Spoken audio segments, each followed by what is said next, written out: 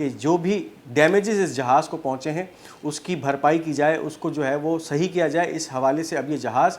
بحرہ احمر سے ریٹائر ہو کر امریکہ کی طرف واپس جانب سفر ہے، اور یہ واضح پیغام ہے کہ اس حملے کے نتیجے میں اس جہاز کو شدید نقصان پہنچا۔ تو ایک بہت بڑی کامیابی ہے یمنی حوثیوں کی، کس طرح سے انہوں نے ایک سپر پاور کے ایک ایسے جہاز کو نشانہ بنایا اور اس کو تباہ کرنے میں کامیاب ہوئے، اس کو نقصان پہنچانے میں کامیاب ہوئے، جس کی وجہ سے اب وہ جہاز اپنا راستہ تبدیل کرنے اور اس علاقے کو چھوڑنے پہ مجبور ہو گیا ہے۔ اس کے ساتھ ساتھ اس وقت بہت اہم خبریں ہیں جو کہ یوکرین سے سامنے آ رہی ہیں، اور جو اس وقت خبریں ایسکیلیٹ کر رہی ہیں وہ بہت خطرناک ہیں۔ رشیا کی طرف سے ایک بھرپور فضائی کارروائی جو ہے اس وقت کی جانے والی ہے، اور اس کی جو خبریں سامنے آ رہی ہیں، کوئی بہت ہی بڑی فضائی کارروائی رشیا یوکرین پہ کرنے جا رہا ہے۔ اب اس حوالے سے جو امریکی حساس ادارے ہیں ان کی کچھ رپورٹ سامنے آئی ہیں۔ American intelligence today is the greatest Russian attack on the Ukraine since the beginning of the war and the US embassy may be among the targets. امریکہ کے حساس اداروں کی طرف سے اس وقت یہ خبر دی گئی ہے کہ ہو سکتا ہے کہ آنے والے گھنٹوں میں رشیا کی طرف سے شدید حملہ کیا جائے یوکرین پہ، اور دارالحکومت کیو کو نشانہ بنایا جائے، اور ان میں جو پھر ٹارگٹ ہوگا وہ امریکہ کی جو ایمبیسی ہے کیو میں، اس کو بھی ان ہوائی حملوں میں ٹارگٹ کیا جا سکتا ہے۔ تو اس حوالے سے اس وقت جو خبریں ہیں وہ بہت زیادہ ایسکیلیٹ کرتی جا رہی ہیں، اور مسلسل جو ہے وہ اب تناؤ ان دونوں ممالک کے اندر، جس میں پچھلے دنوں یوکرین سے ATACMS میزائلز رشیا پہ داغے گئے تھے، اور پھر وہ تمام missile Russian air defence system کی طرف سے انٹرسیپٹ کر دیے گئے تھے، لیکن اس کے باوجود رشیا کی طرف سے جو بارہا اعلانات سامنے آ رہے تھے، بیانات جاری کیے جا رہے تھے، وہ یہ واضح کر رہے تھے کہ اگر کسی بھی ویسٹرن ممالک کی جانب سے یا ویسٹرن ہتھیار کا استعمال یا میزائل کا استعمال رشین سرزمین کے خلاف کیا گیا تو پھر اس کا ایک بھرپور جواب دیا جائے گا۔ تو اب واضح طور پہ رشیا کی طرف سے تیاریاں نظر آنا شروع ہو گئی ہیں، اور اس وقت جو ہے کیفیت یہ ہے کہ کیو کے اندر بہت سارے ممالک کے جو سفارت خانے ہیں اب ان کو بند کرنے کا سلسلہ شروع ہو چکا ہے۔ US, Spanish and Italian embassies in Kyiv have stopped working today due to a potential Russian threat۔ اب اس وقت یہ ممالک ہیں جس میں امریکہ شامل ہے، اسپین شامل ہے، اس کے ساتھ ساتھ اٹلی شامل ہے، اور گریس کا بھی نام آ رہا ہے۔ یہ 4 ممالک ہیں جنہوں نے اپنی سفارت خانے یا ایمبیسیز مکمل طور پہ بند کر دی ہیں کیو کے اندر، اور یہ اسی وجہ سے کیا گیا ہے کہ اس وقت جو رشیا کی طرف سے ممکنہ فضائی حملہ کیا جانے والا ہے یا اس کی جو خبریں آ رہی ہیں، اس معاملے کو دیکھتے ہوئے ان تمام ممالک نے اپنے سفارت خانے دارالحکومت کیو کے اندر بند کر دیے ہیں۔ اس وقت جو امریکن سفارت خانہ کام کر رہا ہے کیو کے اندر، یہ بہت سارے جو نیٹو مرسنریز ہیں ان کو اپنے یہاں سے احکامات جاری ہوتے ہیں، اور پھر ان کے لیے ایک پناہ گاہ کا کام کرتا ہے۔ تو اس وقت یہ تو ایک پوٹینشیل تھریٹ ہے ہی، یعنی اگر پھر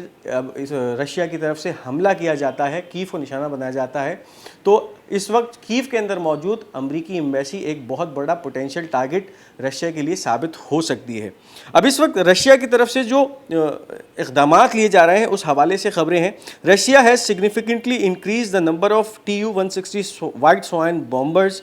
near Ukraine in preparation for the largest attack on the Ukrainian territory۔ Russia کی طرف سے اس وقت واضح طور پہ یہ دیکھا جا رہا ہے کہ اس کے جو Tu-160 اسٹریٹجک یا نیوکلیئر بامبرز ہیں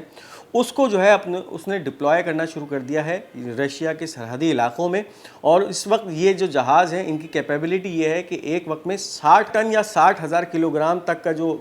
دھماکہ خیز مواد یا بم ہے یہ لے کے فضا میں پرواز کر سکتے ہیں۔ اس کے ساتھ ساتھ یہ نیوکلیئر بم بھی لے کے چل سکتے ہیں، اور ان کو جہاں گرانا ہوتا ہے یا جہاں ان کو داغنا ہوتا ہے یہ داغ سکتے ہیں۔ تو اس وقت یہ مکمل طور پہ تیاریاں ہیں۔ اس وقت تقریباً 30 کے قریب رشیا کے یہ Tu-160 وائٹ سوائن بامبر تیار ہیں اور رشین سرحدی علاقوں میں ڈپلوائے کر دیے گئے ہیں۔ اس وقت 8 جہاز ایسے ہیں یہ Tu-160 جو کہ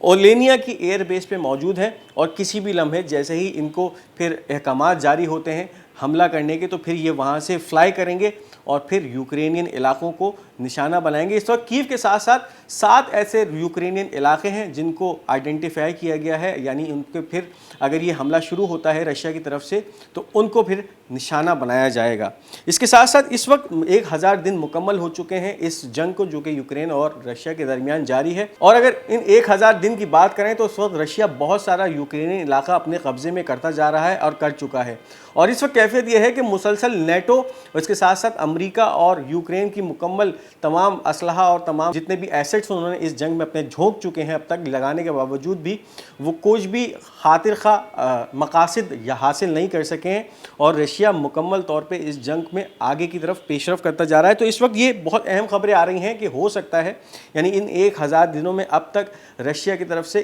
اتنا بڑا حملہ یوکرین پہ نہیں کیا گیا ہو جتنا بڑا حملہ کیے جانے کی اب تیاریاں سامنے آ رہی ہیں۔ یعنی اگر یہ حملہ کیا جاتا ہے رشیا کی طرف سے تو یہ ان 1000 دنوں میں کیا جانے والا سب سے بڑا حملہ ہوگا جو کہ یوکرین پہ کیا جائے گا۔ یہ تھی اس وقت کی اہم اپڈیٹس۔ اس ویڈیو کو لائک اور شیئر کرنا مت بھولیے گا اور ہمارا یہ چینل پاک گولڈ میڈیا اس کو ضرور سبسکرائب کرتے جائیے گا تاکہ آنے والی کوئی اہم ویڈیو آپ مس نہ کر سکیں، اور اپنی قیمتی آراء کا اظہار کمنٹس میں ضرور کرتے جائیے گا۔ انشاءاللہ بہت جلد آپ سے ایک دوسری ویڈیو میں ملاقات ہوگی، تب تک اپنا بہت بہت خیال رکھیے گا۔ تب تک کے لیے مجھے اجازت دیجیے۔ خدا حافظ الناصر۔